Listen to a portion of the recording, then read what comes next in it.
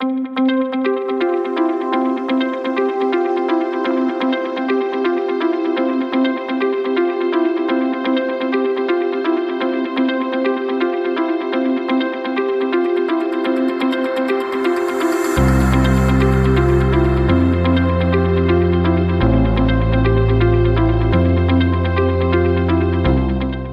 morning, good afternoon, good evening, fellow Toastmasters and distinguished guests. Welcome to another episode of Beyond the Podium, District 74's first podcast hosted by myself, Kofi Simpson. I am currently the divisional champion, international public speaking, evaluation, and table topics. And I'm currently the president of Fifth Dimension Toastmasters here in District 74 in Johannesburg, South Africa. Today I have with me an amazing Toastmaster, Siyabonga Ntembu. Welcome to our podcast. Thank you. Beyond the Podium. Thank you. Thank you so much for having me, Mr. Kofi. It is a pleasure to join you today. Thanks for honoring the invite and showing the eagerness. How are you doing today? I'm doing well. I can't complain. It's festive. Mm-hmm. So there are a lot of things that are happening, but I'm doing well. That's great. Thanks for honoring the invite. So normally why I like to start is, I interview for a living. Yeah.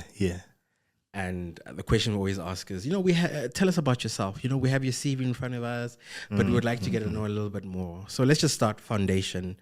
Who is Siyabonga Ntembu? Yeah, so Siyabonga Ntembu is a Tembisa born and raised. Okay. I am an entrepreneur, a public and professional speaker, a vision board facilitator, and a sales coach. Yeah, that's what I do. That's who I am. Okay. And one person who believes in learning. I love learning. I love personal development. So when you say Siyabonga Ntembu, the first thing that comes is personal development, enthusiastic. I'm very, very enthusiastic. So that's who I am and that's what I am. Tembisa, we are global organization. Yeah. Where's Tembisa? Let's know more about Tembisa before we even go anywhere else. I've had the privilege of working with a man called Billy Slickard. Okay. And he said, at some point he had to introduce himself in the US. And they say, where are you from? He said, I'm from Tembisa, because he's also from Tembisa. And he said, when you look at the world map, there's a portion called Africa. In that portion called Africa, there's another one down there called South Africa. Yeah. There in South Africa, there's another one called Gauteng. Okay. On the Gauteng one, you go into Johannesburg. There's one called Johannesburg. On the Johannesburg part, you go a little bit there. There's a tiny location there called Tembisa. I'd like to say I'm from that tiny place called Tembisa with global vision, with global hunger for me to be known worldwide. Location, what does location mean? Hey, international audience, what is a location?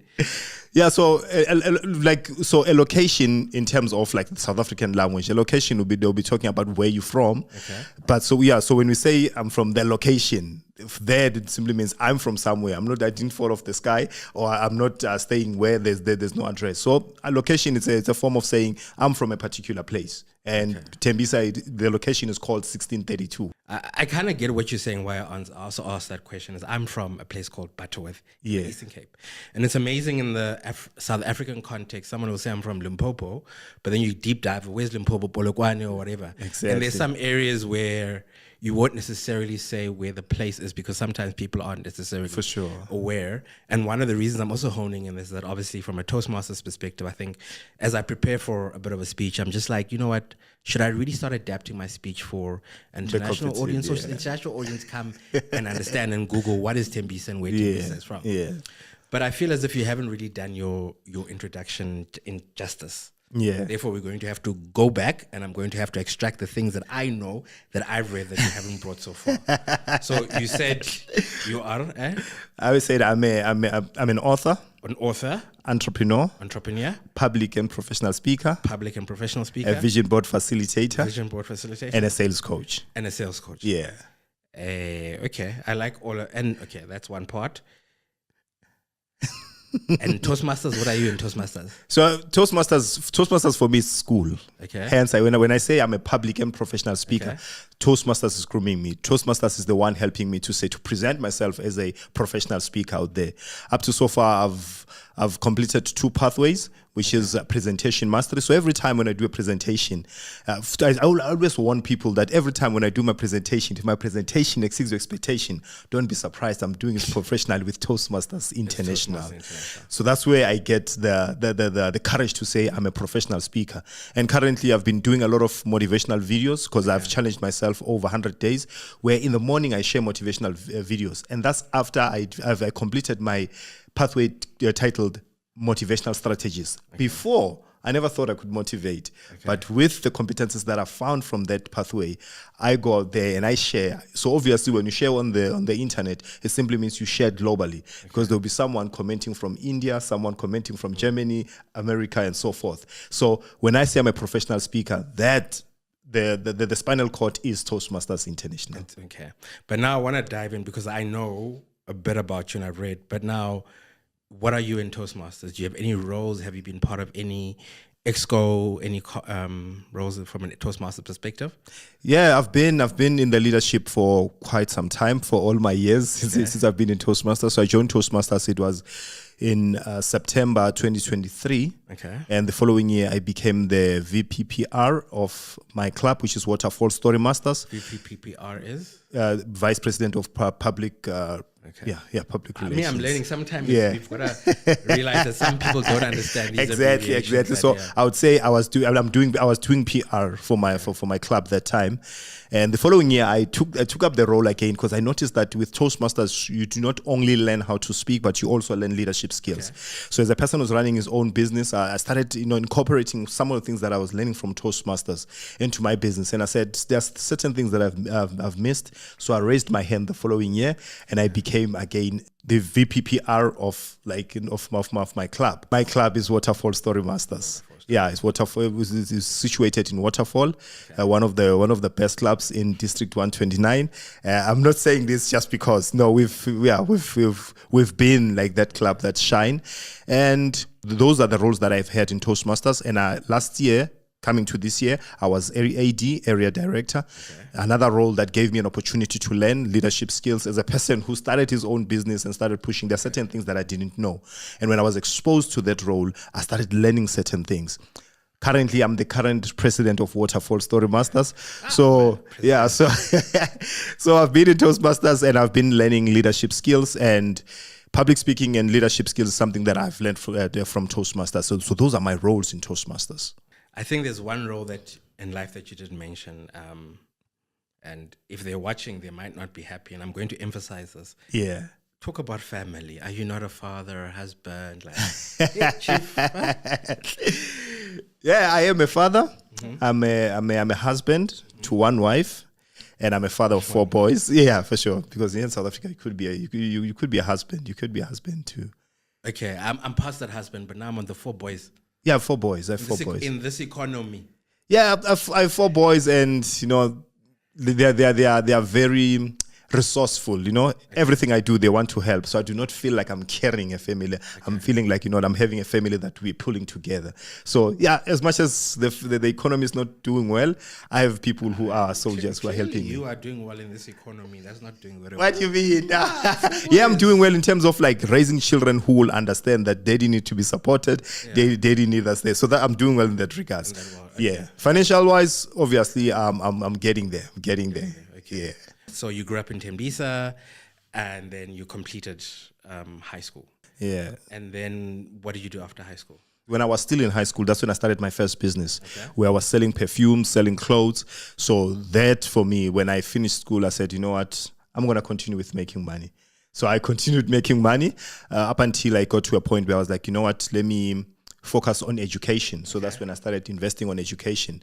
So yeah, that's what I've been doing up to so far. And when it comes to education, what I focused on, it was entrepreneurship. So the first time when I went back to school, the main focus was learning how to do business professionally, which I did it with Junior Achievement. It's a global organization also. Junior Achievement, here in South Africa, they call it JASA. So it's JASA. SA. So that's when I went to school, and I started investing on myself, on myself. And when I say I am a vision board facilitator, I'm a certified vision board facilitator. Okay. I just went in again because I noticed that a lot of people are motivated, a lot of people are creating things, but where does it come from? So I had to understand that how does a vision board plays a role, because almost all the successful people kept on talking about this vision board that is helping them to create, that is helping them to manifest things. So I wanted to understand that. So I went in, studied what is a vision board, how does it help people to manifest.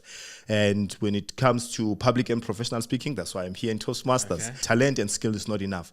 Practice needs to be there so you could be refined. So I'll come back to the vision board. Seems very interesting. But foundation, okay, you completed school. You're I don't want to use the word, I guess let's use the word entrepreneur. So you're the person who was at school, who was always running a business, was very business minded. Yeah. And then instead of going to university or I guess most college, some people will say, or Technicon or any or any educational thing, you went straight into learning how to running business. For sure. Okay. Yeah. What business did you do straight out of high school?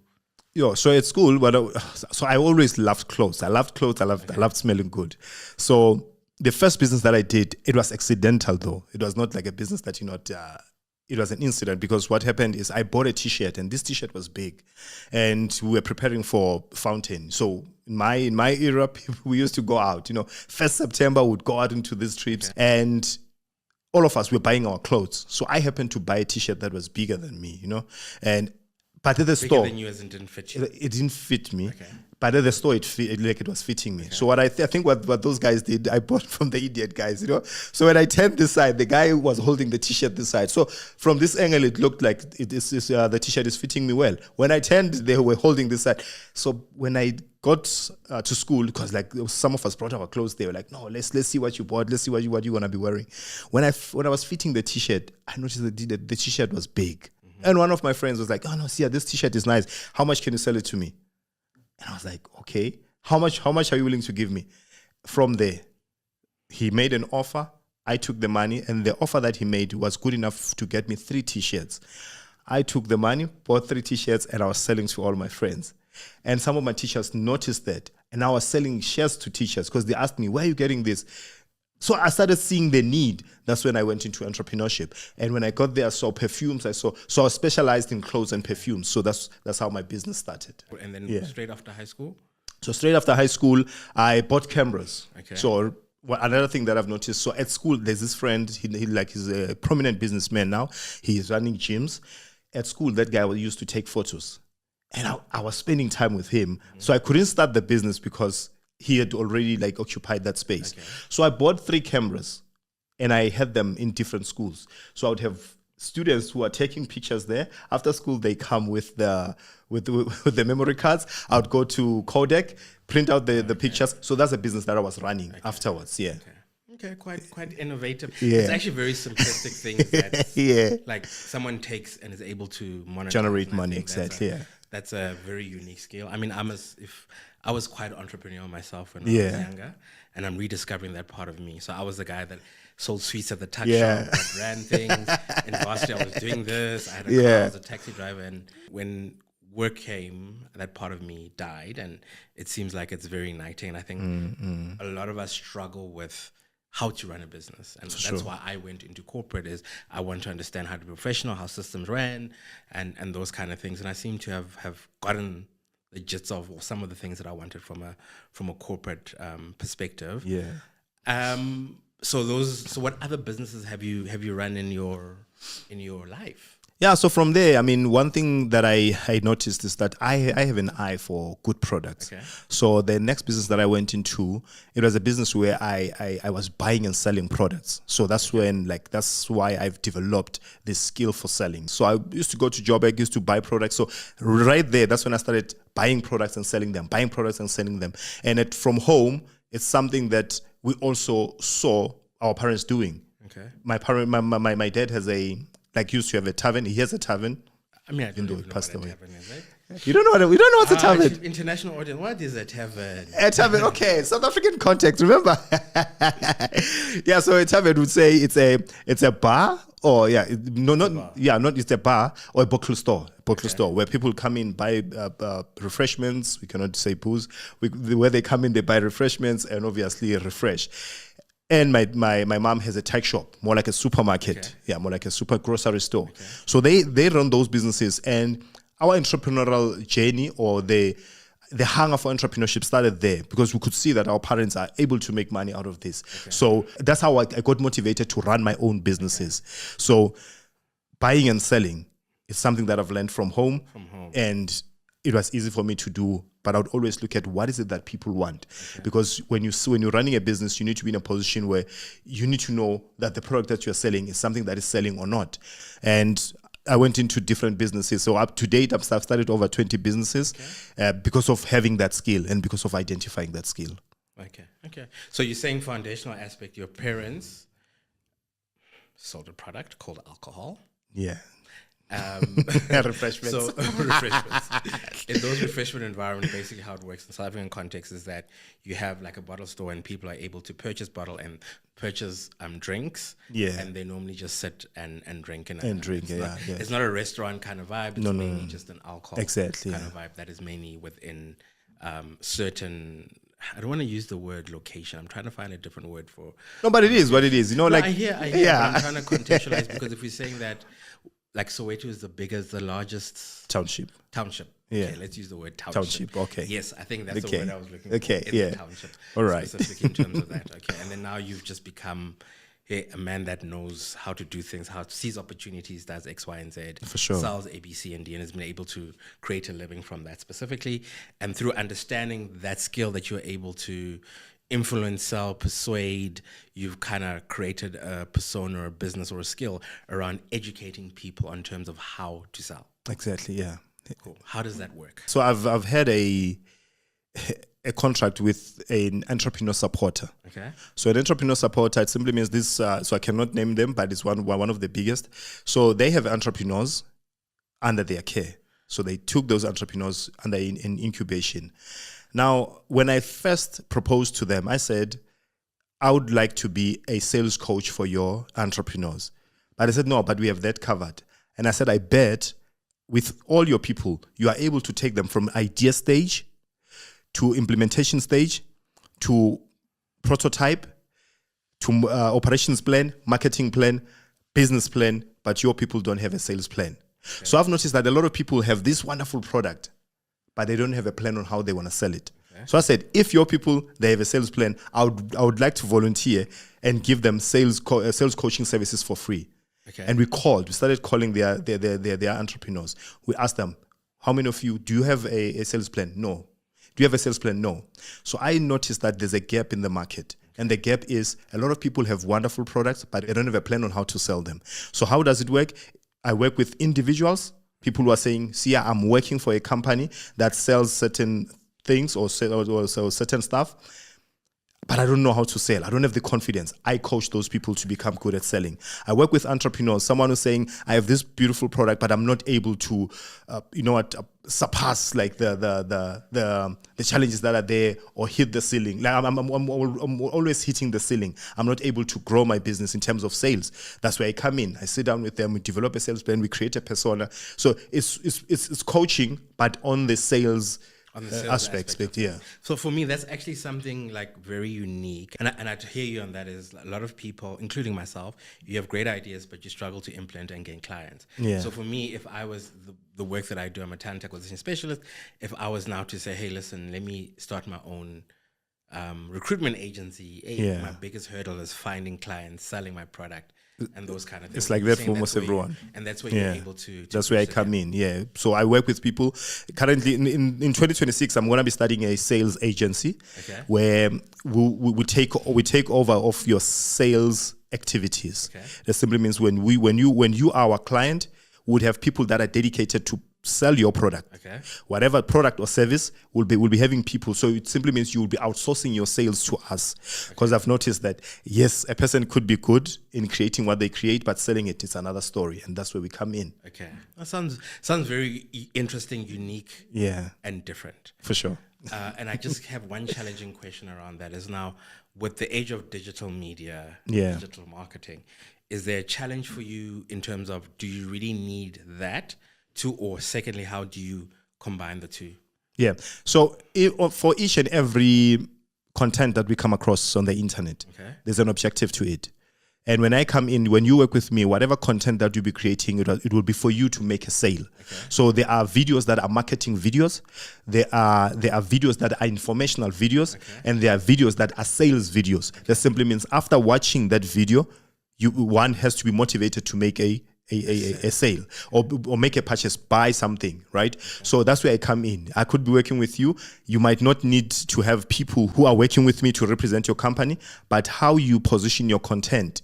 Like, for example, they'll be saying, there are 3 of these left. Click on the link below to secure one for yourself. The instructions are saying the fear of losing out. So we tap into your fear of losing out. There are 3 left. Make a purchase. Otherwise, you'll pay the normal price. So now maybe they're on 50%. So we're selling this for 50%. There are 3 left.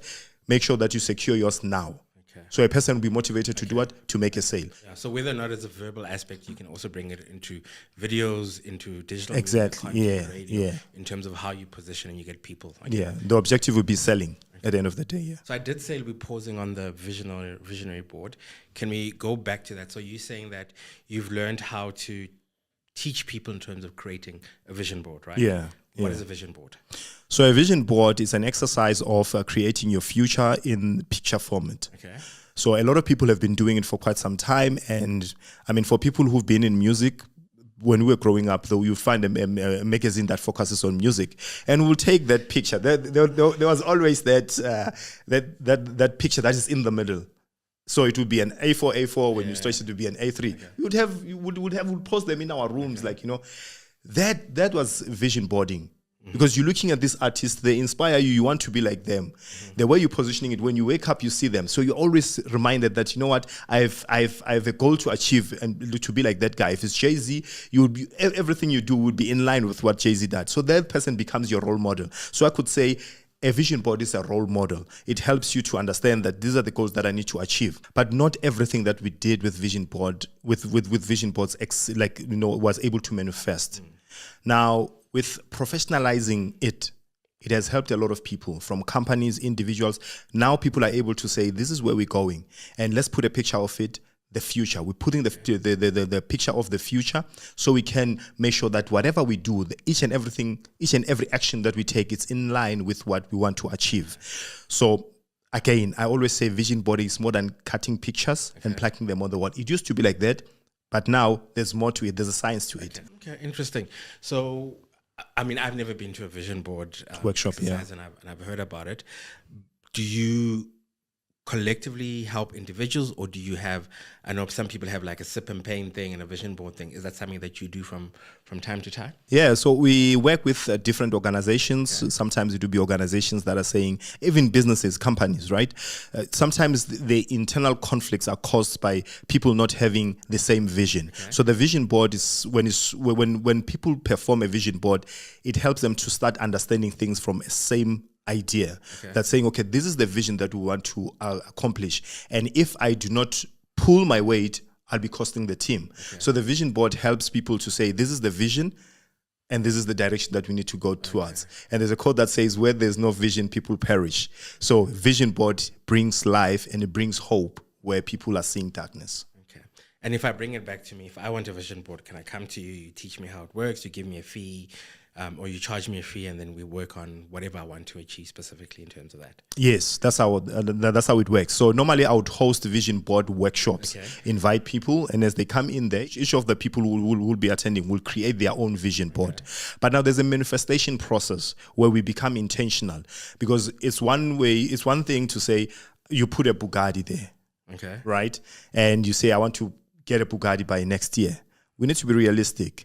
We need to have a plan on how we're going to get it, right? So you put a Bugatti, you put a 10 million house, and where you're working, you're earning 5,000 a month. Okay. That's not realistic, right? So that's where we come in saying, okay, Sharp, let's say you were to achieve this. What extra work would you need to do in order for you to be able to accomplish this? Okay. So that's where I come in, where I guide you, I show you all those things, because at the end of the day, we're putting this here so it can manifest. Okay. Each and everything, even around here, it was first on someone's mind and it has manifested. Right, so even the vision board, you want to manifest the life, and vision board on a normal scale, it takes up to 8 areas of your life.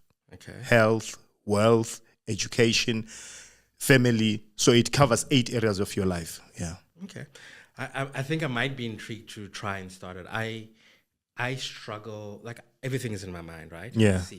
But I struggle to put things. So I know the things that I want. So even now from a Toastmaster and speaking perspective, I have my 5 categories of what I want to do. Yeah. But I think maybe it would be good just to kind of articulate it and have it. For sure. I went through an experience when I was young. I was an athlete. I was like imagining myself as an Olympic athlete. It didn't happen. Therefore, I'm like, what? Do these things happen from a visionary aspect? But it's good to have some form of sense and direction. And that's, I guess, a very different way of articulating your goals than exactly writing that. So that's a very great skill and thing that you are doing specifically. Yeah. So now I just want to touch on, you talked about author. Yes, author. Let's talk more about this author thing of yours. How does that work? Yeah, so as an author, I was first motivated to write after I read a book. Okay. So I've been reading books. I've read a couple of books. But there's this one book that I read. It was a small read, and the book was titled Speed Wealth. Mm-hmm. So the author in that book, he asks do you believe that getting rich fast is possible? Okay. Get rich quick scheme. That's what they always say. It says, if you believe that getting rich fast is possible, you need to believe that it's possible for you. And you will be able, as you read this book and implement the principles that are in this book, you will become a millionaire in the next 2 to 3 years. Okay. I was like, what? Okay. And it was a small read. I think 89 pages, if I'm not mistaken. 89 pages. So I read the book cover to cover in one day. Right there, when I finished, I went on to start a business with a partner with no money. We're selling membership. So we started creating membership, selling that membership for 200 Rand. What membership? So it was a membership to a business where my parents said no. So I told you that at home my parents, like, they have a grocery store. So from that grocery store, I noticed the invasion of the Somalians. Tavern, grocery store. No, remember I said my mom has a grocery store, okay. And my dad has a, yeah. Okay, I was just checking. For sure. So I went to my mom because now I was noticing that the Somalians and the Ethiopians are invading the tech shop space. And I said, Mom, for you to survive here, you need to move things online. That was in 2017. And she said, no. I said, come on. And most of the black people who owned tech shops that time, they are all closed. She's still up and running, and she's still pushing. She's pushing strong. Okay. So I don't know what courage did she have. So I said, she was like, no. I'm like, Mom, please. She was like, no. And after reading that book, I turned her no into a yes. Not like getting her to say yes, but for me to start something. So I started a grocery store, online grocery store that has a membership. Okay. And for you to be a member, you need to pop out membership of 200 Rand. Okay. Because of reading that book, I implemented all the principles. In a period of 8 months, we had over 6,000 membership. Yes. From nothing. Of 200 Rand. Okay. So that means we had made over 1.2 million in membership. And from that money, we started a store. So we created a store. That store, we wanted to have it as a franchise. Okay. Now I'm talking about it as in like the past, because I later resigned from that business. There was no understanding between me and my partners. There was no understanding of how we should manage money. And from the fact that I learned how to make that money from reading a book, I felt that, you know what, as much as we read how to make money, we need to understand how to keep it. So that's when I went into writing. When I was writing, I wanted to write to educate people that as much as you make money, this is how you can keep money. So I started reading more and more books on how to manage money. And at some point, at that time, I was like, you know what, I'm not in a space to tell people how to make money and keep it. Exactly. Making money, I've learned how to make it. I could make money from nothing. So Now I started working on educating people on how to keep it. And I started writing, and I looked at the mistakes that I did personally, as I went into that business. We didn't have contracts, we didn't have someone. When my partner was refusing to do certain things, because at some point, one of the reasons we decided to split, it was money management. I told him that we don't have money. While we had money in the account, I said we don't have money because this money does not belong to us. Okay. So that's where the altercation started. So we started not seeing eye to eye. I decided to resign from the business, but that's when I was introduced to authorship. So I started writing to authorship. So I wrote my first book. When I wrote my first book, it was How to Make Money and Keep It. The book is still there, not published yet, but I published a book called Starting a Business and Closing Sales, because I felt that was most relevant at that time. Okay. So the book is titled How to Starting a Business and Closing Sales. That was my first book. While I was doing that, that's when I was introduced to vision boarding. And I noticed that a lot of people do not manifest their vision boarding because of their self-talk, how they talk to themselves. Okay. So I wrote my second book titled Affirmations for Manifestation, because how we talk to ourselves, that it helps us to reach or not reach our goals. Okay. So self-talk is one of the contributing factors. When you tell yourself that, see, we are not supposed to do that. See, you acted stupid. See, you are stupid. See, you are stupid. You end up acting stupid in each and everything you do. So I was shaping how people should focus on themselves and how to talk to themselves. So my second book was titled Affirmations for Manifestation. And the last one, when I noticed that a lot of people are saying we don't have employment opportunities, we are missing out, and that's when I wrote my book titled Rising from Unemployment, because I noticed that unemployment it's a mindset before it is statistic. So I want to go back one step further. Yeah. The 200 Rand guys were taking, what were people getting out of that? Okay, so what we did, we adopted a system. I adopted a system from the book. Remember, I read the book, so I adopted the multi-level marketing system. Okay. So firstly, when you join in, would give you a welcome pack. So welcome pack would be something, would be groceries, but small. It would be 1 kg of maize meal, sugar, 500 grams, and then we have curry, two curries. Would give you that. That used to cost us around 20 something when we buy in bulk. Okay. So we'd give you that as a welcome pack. It would be in a nice pack that has a message on what is our vision. Because the vision was we wanted to bring back tech shops to black people. So when a person joined, they would get that. And we said to them, when you invite 6 people, would give you groceries worth 240. So when you invite 6 people, your 6 people get welcome pack, you get the groceries worth 240. How much did you join with?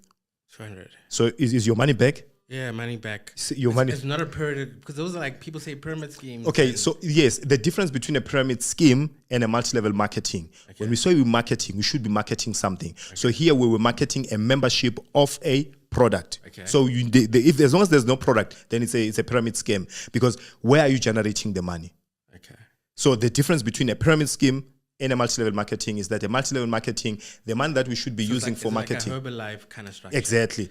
Okay. What we're supposed to use for marketing is what we are sharing with our partners.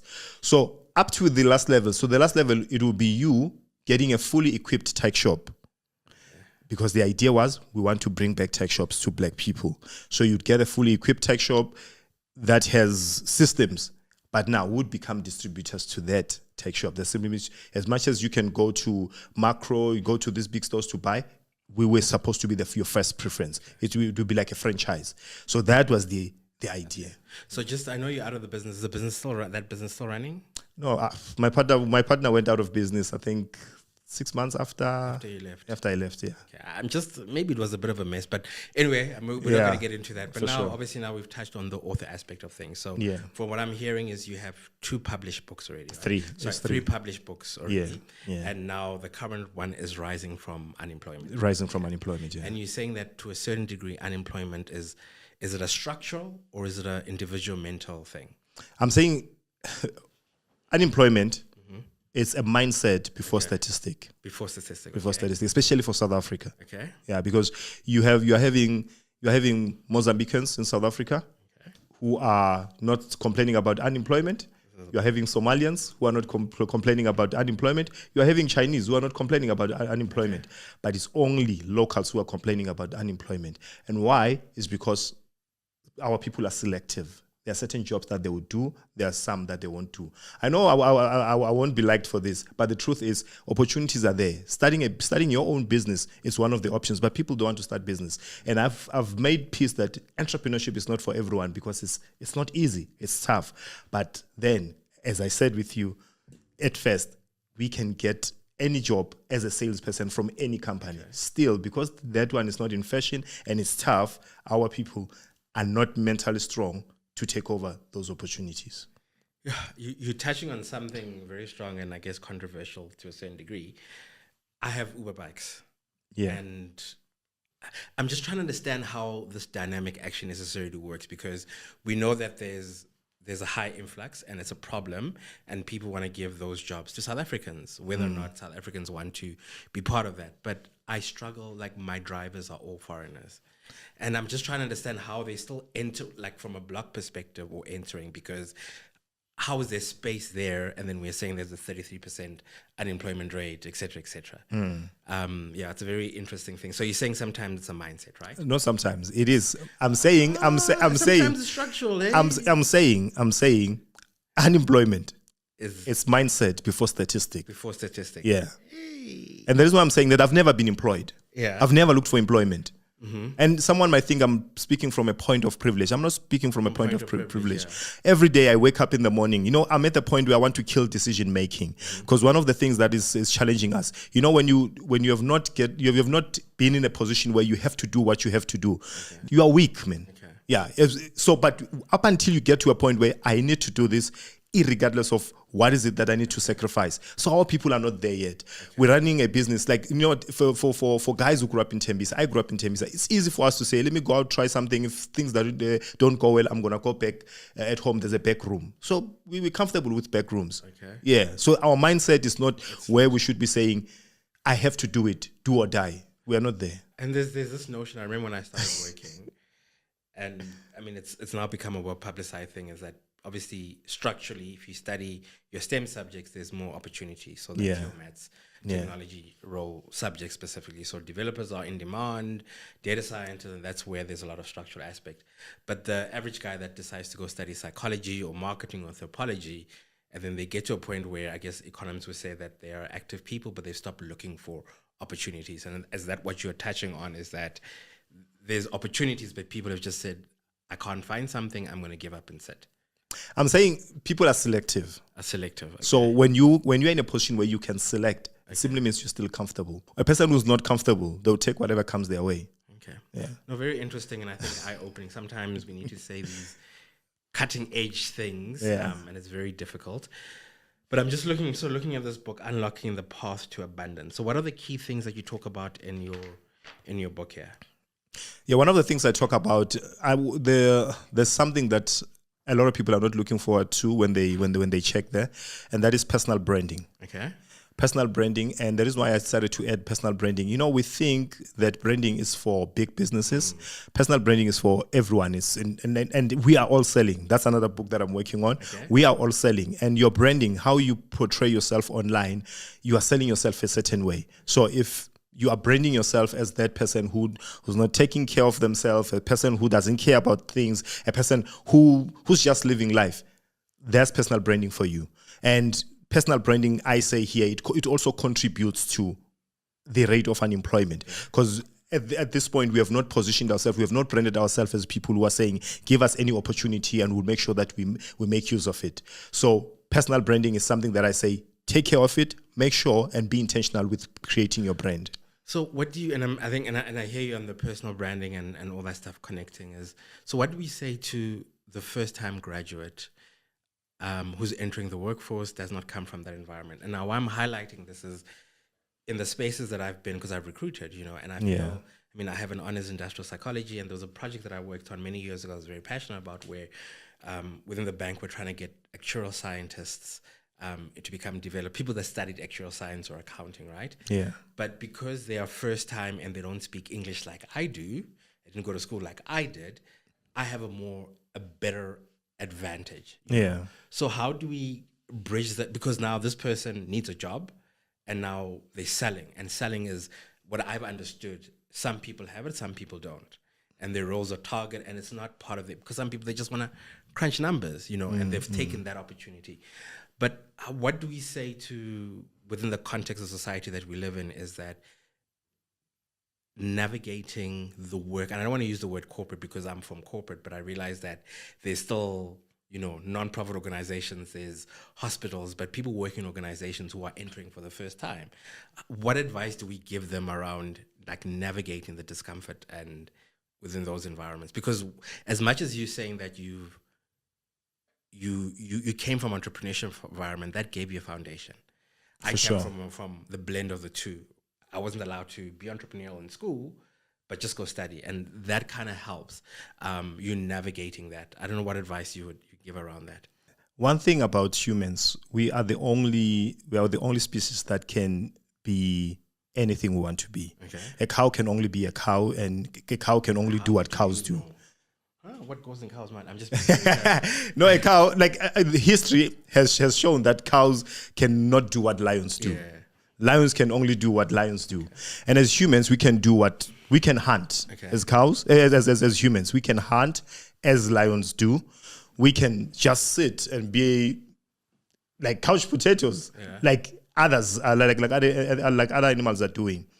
But as humans, one thing that we have the mind. Mm-hmm. And with our mind, if you challenge yourself to learn a new skill, in the next 3, 4, 5 years, that skill can become your identity.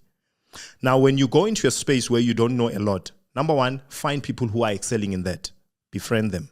So that's where the network comes in.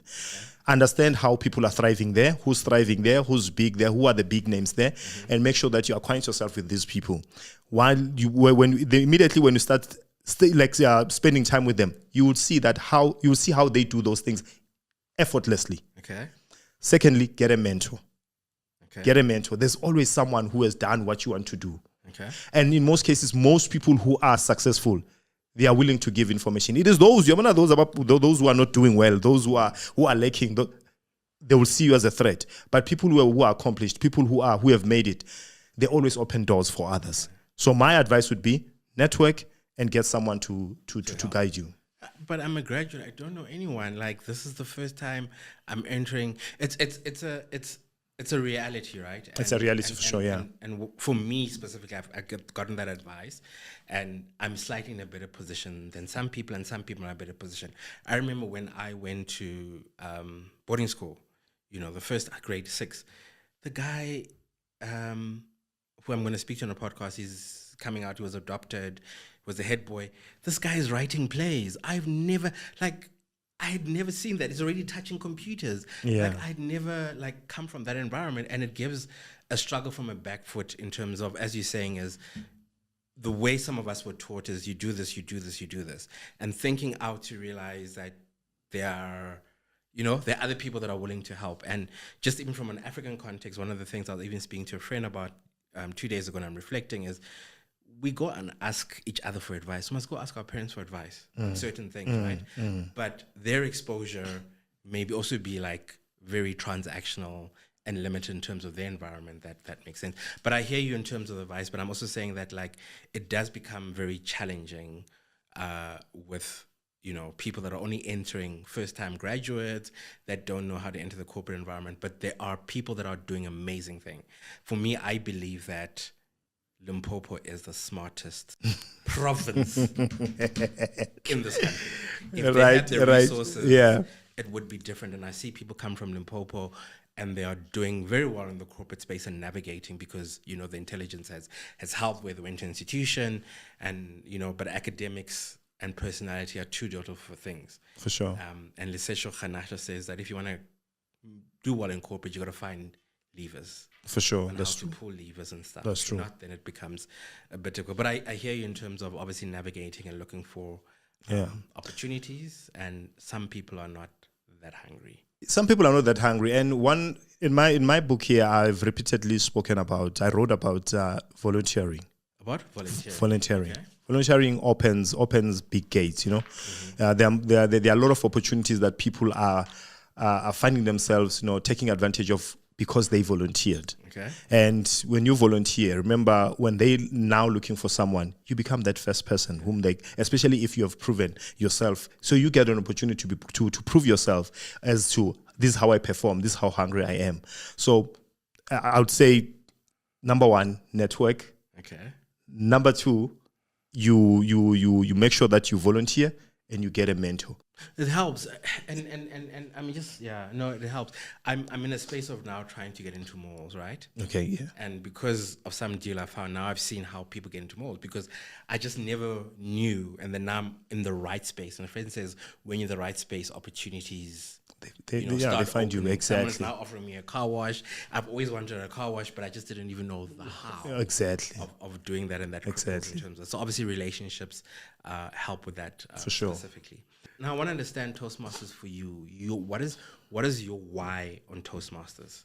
So, like just a few minutes ago, I shared about the importance of networking. Yeah. Where like you get mentors, you are with people who have walked the path. At first, when I went to Toastmasters, I wanted to go there to learn how to present well. Okay. And again, as an author, when you search online, Toastmasters keep popping. Oh, okay. There's too much advice on join Toastmasters. And for me, I could say what I went for to Toastmasters, I've gotten more than that.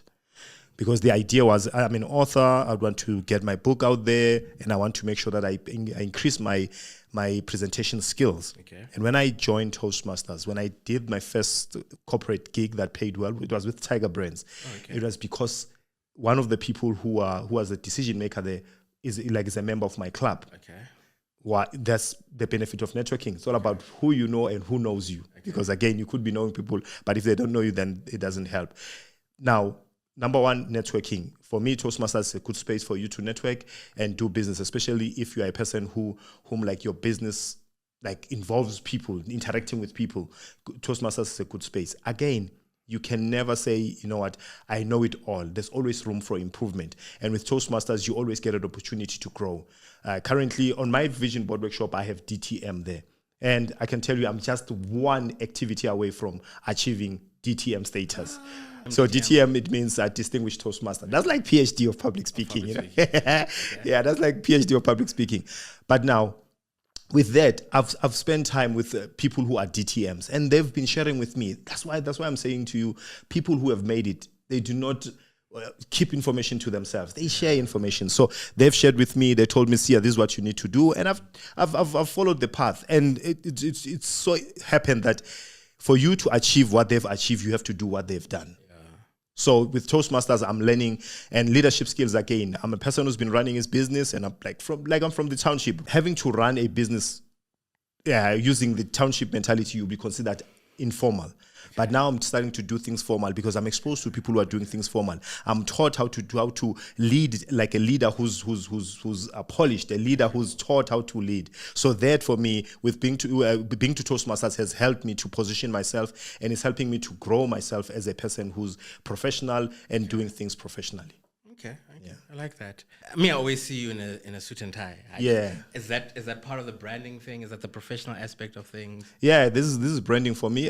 Even though when every time when I met Ekasi, they'll be like, so Ekasi is township. So Ekasi, every time they see you, they'll be thinking you're going to church. Yeah, we are Sontweni. You understand? So they associate wearing formal with.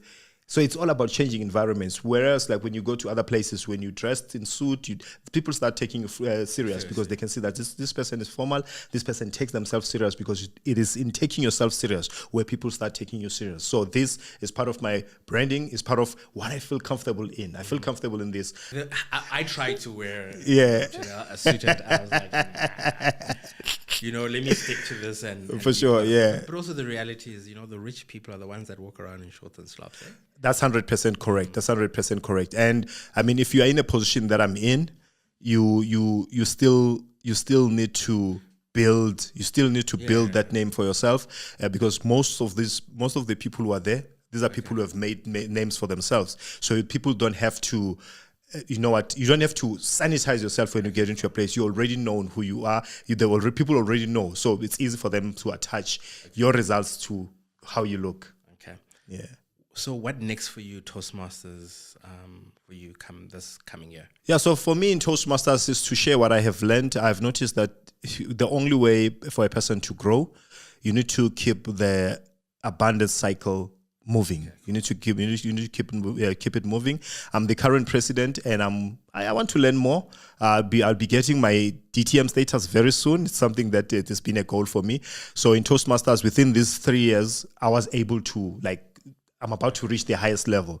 That showed the hunger that I have, and I want to help others to be able, because I found people who are here in Toastmasters, they've completed their first path, and I've seen that some of the challenges is how they think and how they prioritize their things. And I want to offer my journey, how I was able to achieve this, to other Toastmasters, share with them, and obviously take up more leadership roles in order for me to refine myself as a leader, because I've become a leader and there's no stepping back. Yeah. Last thing, are you going to enter contest?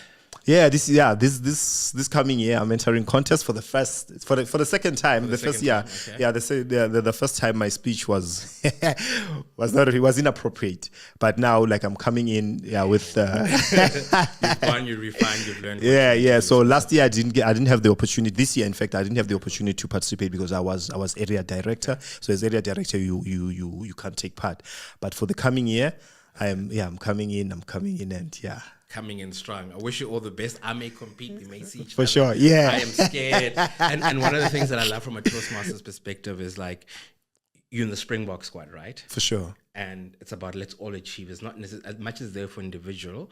We understand the unity of everyone achieving, exactly, and helping and scratching each other's back. So as much as I want to give you advice, as much as you want to give, we're going to be knocking out there. Let's see how it goes. Yeah. I just need to complete my speech in terms of that. Sure, but before we close, I see your kids are outside. Can we bring them? Yeah, in my boys are just to here. say My boys hi? are here. Yeah. Yeah. Hey, how are you? I'm fine. Can you speak in time of the mic? You are?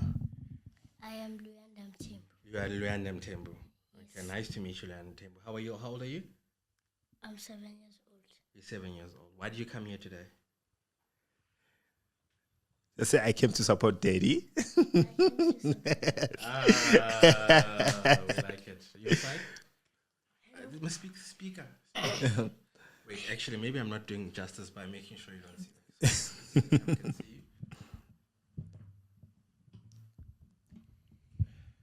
Hello, my name is Lutano Mthembu. Look at the camera. Yeah? Hello, my name is Lutano Mthembu. I am 9 years old. I came here today to support my dad. Thank you guys for joining us. It was nice to meet you guys. Mr. Mthembu, unfortunately, we're going to have to end this. Disqualification is happening here. Yeah. So we know when the red light is on, we need to wrap Time up. up for sure. Yeah. So thank you very much for making the trip and coming through here. I wish you all the best. Thanks for obviously sharing your journey about Toastmasters. We want to have conversations. And for me, the most important thing is understanding people's why and why people come to Toastmasters, and having the opportunity to display someone like you, who's part of an organization like this, and the different guests I have around the diversity of why and the value Toastmasters can offer us. Yeah. Have a good afternoon, and we'll chat later. Thank you so much. Thank you.